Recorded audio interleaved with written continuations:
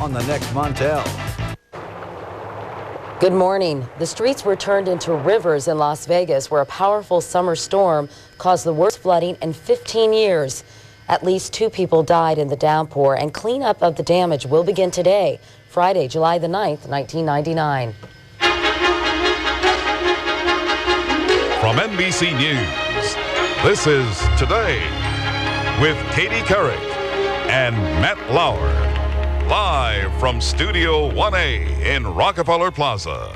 And welcome to Today on this Friday morning, everyone. I'm Katie Couric. And I'm Al Roker. Matt's going to be back on Monday. And Katie, this storm in Las Vegas, they picked up 4 inches of rain in 24 hours. That's more than they get in a whole year. Well, and more is in the forecast. Is that right? More of that same moisture is in that area. Well, it's a real mess, Al. We're going to have details on the flooding from the news desk in just a moment. Now, good morning, everyone. In the news, forecasters say there's a chance of more rain today in Las Vegas, just what that city does not need following Thursday's flooding. Today, the water has receded, but the devastation hasn't. NBC's Frederica Whitfield has more now from Las Vegas. Good morning, Frederica. Good morning, Jody. The high water has gone, but not before first washing away the very foundation of communities like this one. Miraculously, the elderly woman who rode out the storm in this mobile home behind me was rescued and uninjured, but the storm did claim at least 2 lives. Swallowing mobile homes and washing away hundreds of cars, parts of Las Vegas were submerged in the worst flash flooding here in 15 years. There's no flooding in the desert, right? Deserts are dry. They're not supposed to flood, right? It was a deadly storm, catching even weather forecasters by surprise. They had predicted only a 50% chance of rain.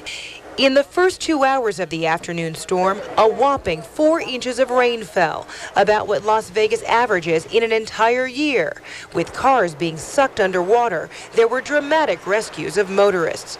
It was no illusion. Even parts of the famous Strip were transformed into one big lake. Some tourists had to take refuge inside casinos. We're from Canada, Edmonton, and we get -40 weather all the time, but nothing like this. This is really wild. People whose businesses were soaked in mud tried to salvage what they could. Mick Costo said it'll take him months to clean up. And the water kept rising, so we had to lock the door to keep the water out, and then it kept coming from underneath, and before you know it, all this came through. Today, officials will begin assessing the damage. As if the damage wasn't enough, Jody, most of the homeowners affected do not have flood insurance.